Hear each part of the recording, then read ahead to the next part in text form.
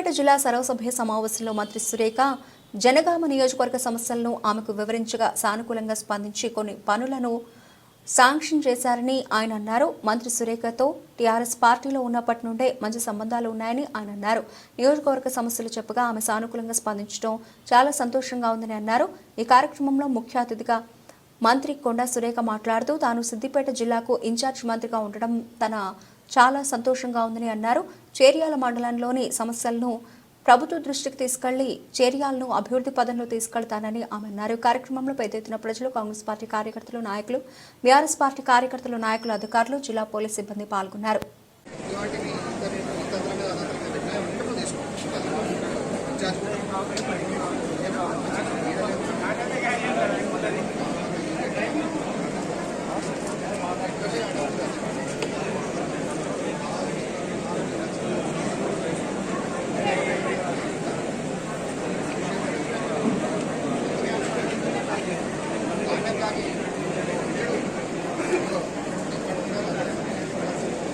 మండల కేంద్రంలో కళ్యాణ లక్ష్మి మరియు షాదీ ముబారక్ చెక్కుల పంపిణీ కార్యక్రమానికి ఆహ్వానించి అధ్యక్షత వహించినటువంటి స్థానిక శాసనసభ్యులు సోదరులు పల్లా రాజేశ్వర రెడ్డి గారికి, వేదిక మీద ఉన్నటువంటి అడిషనల్ కలెక్టర్ గారికి, ఎంఆర్ఓ గారికి, కౌన్సిలర్స్ కి, ఇతర ప్రజా ప్రతినిధులకు, ఇక్కడ విచ్చేసినటువంటి లబ్ధిదారులకు, అదేవిధంగా మరి కాంగ్రెస్ మరియు తెలంగాణ రాష్ట్ర సమితి నుంచి విచ్చేసినటువంటి సోదరులకు, సోదరిమణులకు, నాయకులకు, కార్యకర్తలకు, అభిమానులకు, మరి ఇక్కడ సెక్యూరిటీగా వచ్చినటువంటి పోలీసు సిబ్బందికి ప్రతి ఒక్కరికి కూడా పేరు పేరున ధన్యవాదాలు, పత్రికా సోదరులకు ముఖ్యంగా పేరు పేరున ధన్యవాదాలు తెలియజేస్తా ఉన్నాను.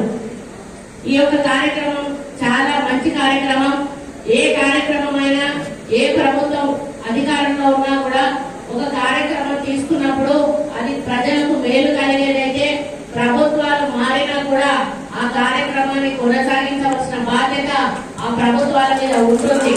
మరి గతంలో రాజశేఖర రెడ్డి గారు అధికారంలో ఉన్నప్పుడు ఆరోగ్యశ్రీ గాని 108, 104, 102 సర్వీసులను వారు ప్రవేశపెట్టి నిరుపేద ప్రజలకు మరి ఎంతో ఆరోగ్య విషయంలో సహాయ సహకారాలు అందించినప్పుడు మరి ఆ కార్యక్రమాన్ని మన తెలంగాణ వచ్చినాక టీఆర్ఎస్ ప్రభుత్వం కూడా కొనసాగించడం జరిగింది.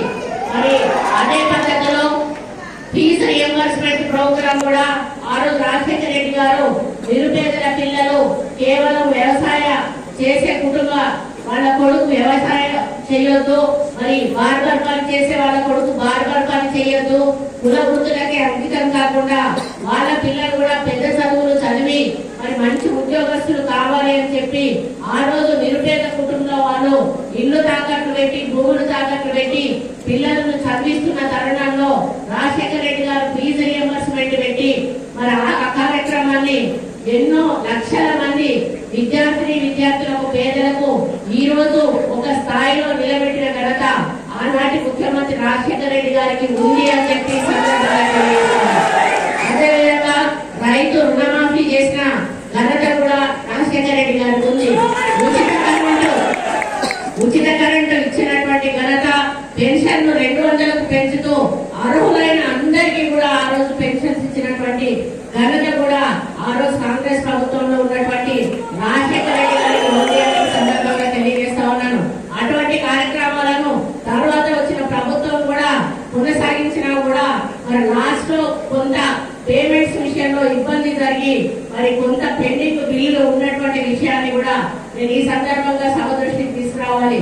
ఎందుకు అంటే ఈ రోజు చాలా మంది ఎక్కడికి వెళ్ళినా కూడా మమ్మల్ని ఈ బిల్లులు రావట్లేదు, ఆ బిల్లులు రావట్లేదు అని చెప్పి నిలదీస్తా ఉన్నారు. దానికి ఈ రోజు సమాధానం కాంగ్రెస్ పార్టీ ప్రభుత్వం చెప్పాల్సిన బాధ్యత ఉన్నది. కాబట్టి ఈరోజు తెలంగాణ రాష్ట్ర ఆర్థిక పరిస్థితి అస్తవ్యస్తంగా ఉంది అని మేము అధికారంలోకి వచ్చినప్పుడే చెప్పాము.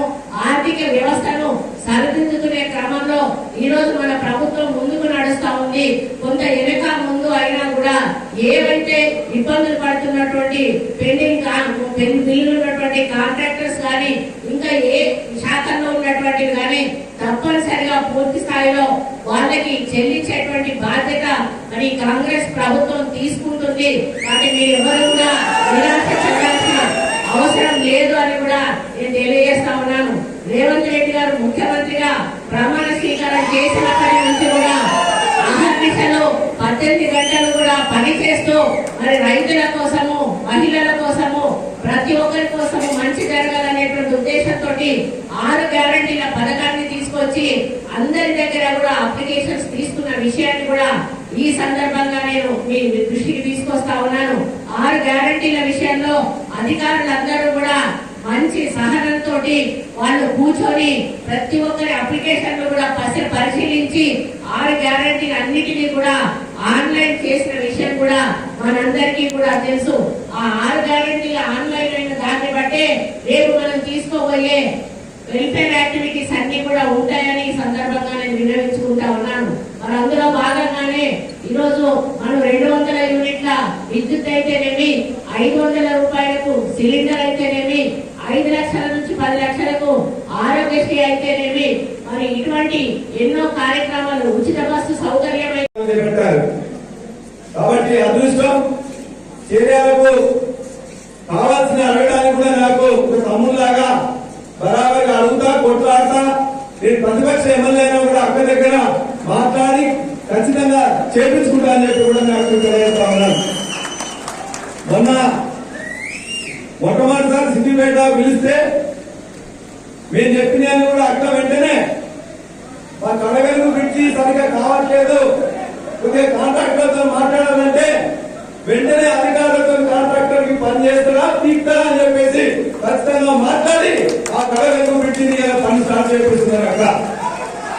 అదేవిధంగా దూల్మిట్టకి సంబంధించిన లైటింగ్ కూడా పనిచేయట్లేదు ఆపిందని చెప్పేసి అంటే ఎందుకు ఆపింది, ప్రభుత్వాలు అనేది వస్తుంటే అది నిరంతర ప్రక్రియ ఖచ్చితంగా చేయాలని చెప్పిండ్రు.